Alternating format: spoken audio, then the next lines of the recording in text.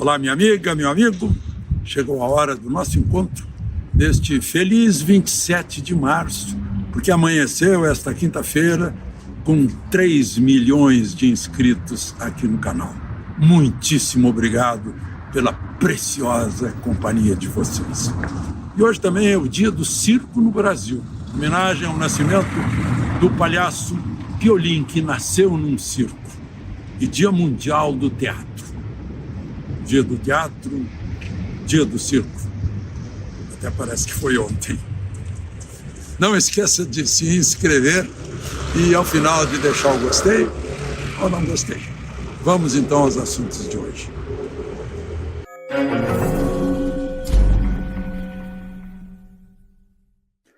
O ministro Marco Aurélio Mello, quando era presidente do Supremo, foi quem criou a TV Justiça. Os julgamentos, né, como foi esse agora, da denúncia contra Bolsonaro, em que Bolsonaro virou réu, como era facilmente previsível, né, por 5-0, unanimidade, garantida pelo espírito de corpo, embora com uma certa dissidência do ministro Fux. Mas, enfim, eu queria falar sobre a televisão. Muito advogado me fala que esse foi o grande problema do Supremo, que virou um palanque, o plenário, né? Que todo mundo, diante das câmeras, a televisão é uma grande tentação para o pecado favorito do diabo, para a vaidade. Isso acontece muito. Eu estou na televisão desde 83, né? 1983, e sei disso. Né? A pessoa no primeiro autógrafo que dá a primeira foto já sai levitando, de narizinho empinado. E muito advogado atribui isso às manifestações de ministros do Supremo, né, como se estivessem num palco. E, por outro lado, também mostra a realidade. Muita gente está comentando o que viu lá dentro. As câmeras focando em Bolsonaro, focando em Alexandre de Moraes, a reação de cada um, né? Dão interpretações psicológicas. Olha, Moraes estava nervoso, temia o papel, isso significa que não seria psicopata, como muitos falaram, né? Falam, porque psicopata é frio. Fica distante dos fatos, né? Só interessa o mundo dele. Mas, enfim, a televisão permite isso. Permite que se perceba um tremor nos olhos, um tremor na fala, uma insegurança, um suor, né? Tudo isso. E o fato mais marcante foi que Moraes surpreendeu a todos, trazendo um filme, um registro, como se fosse um documentário do 8 de janeiro, que pegou também fatos daquela bagunça na frente da Polícia Federal, da tentativa de explodir um caminhão-tanque no aeroporto, né? Mostrou tudo isso, na tentativa de provar que não tinha ninguém com Bíblia na mão, que não tinha velhinha, né? E todo mundo sabe que tinha, tanto que foram presos. Mas, claro que foram imagens escolhidas para fazer como se fosse um show, como se fosse depois de uma reunião de pauta, que a gente tem muito, né? Na tentativa de provar alguma coisa, de demonstrar alguma coisa, então faz aquelas imagens, houve tais e tais pessoas, é assim que as coisas funcionam, né? Para conduzir a uma tentativa de demonstrar uma tese, por exemplo, defender uma tese. Foi o que ele fez e não se deu conta que ele estava agindo como promotor, como Ministério Público, no lugar do Ministério Público, mais uma vez no Supremo. Vocês recordam que há 6 anos o ministro Dias Toffoli, como presidente do Supremo, criou um inquérito no Supremo, não um inquérito administrativo interno, mas um inquérito público, no lugar do Ministério Público, contrariando o que está na Constituição, artigo 127, 129, por exemplo. Né? E foi isso que aconteceu agora. E muito jurista está dizendo, olha, isso invalida o processo, uma vez que o juiz tem que agir como juiz e não como promotor. Aliás, foi o que a gente ouviu lá de um modo geral, né? Talvez a exceção do Fux, os juízes manifestando o voto, mas justificando todo o trabalho do Ministério Público, sendo que o juiz ouve a acusação e a defesa. O juiz conversa com o advogado de defesa e a acusação, ou os auxiliares de acusação, muitas vezes são contratados para reforçar o Ministério Público. Mas foi essa reportagem, essa edição de imagens do 8 de janeiro, fez parte do libelo acusatório. E essa é uma questão muito importante a ser considerada. Só que o único recurso seria ao Senado.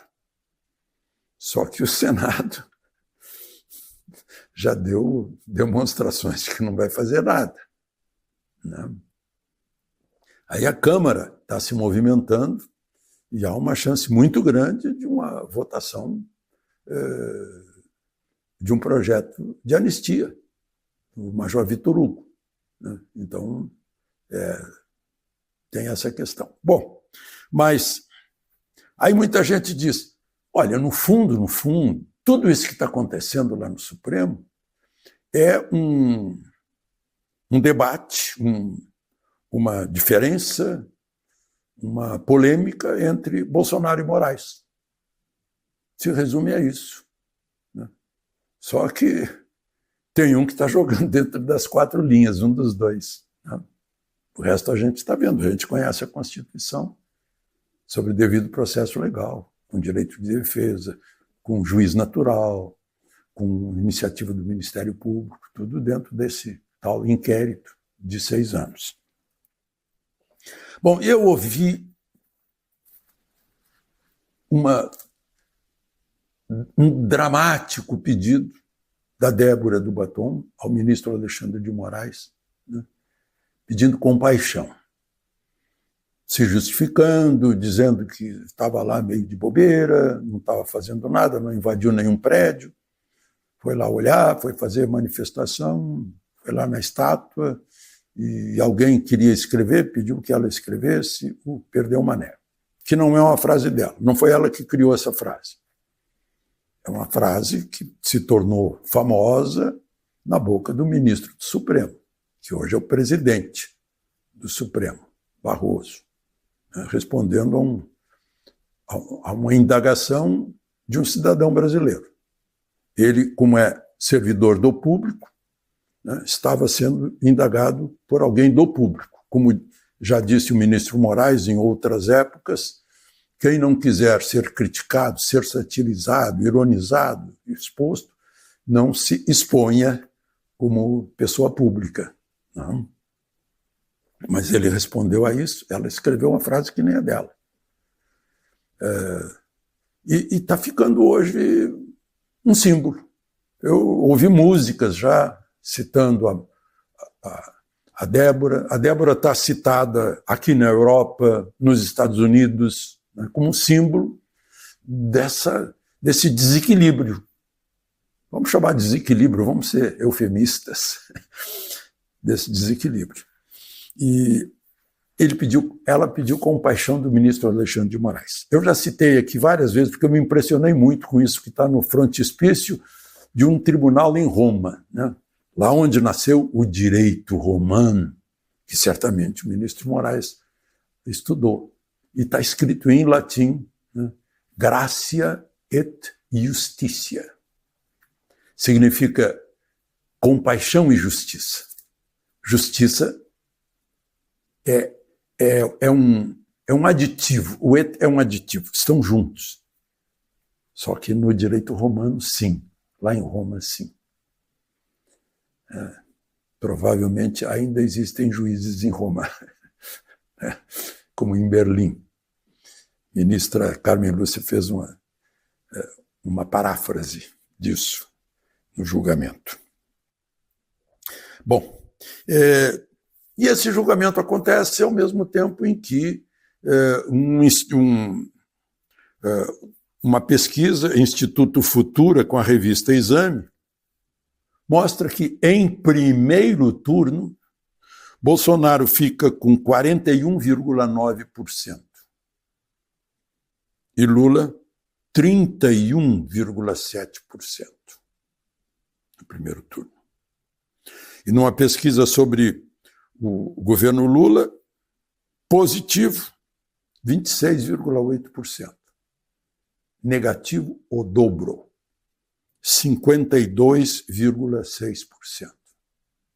Na Bahia, onde Lula teve 70% dos votos agora, na Bahia, o negativo, a reprovação do governo Lula, 52,6%.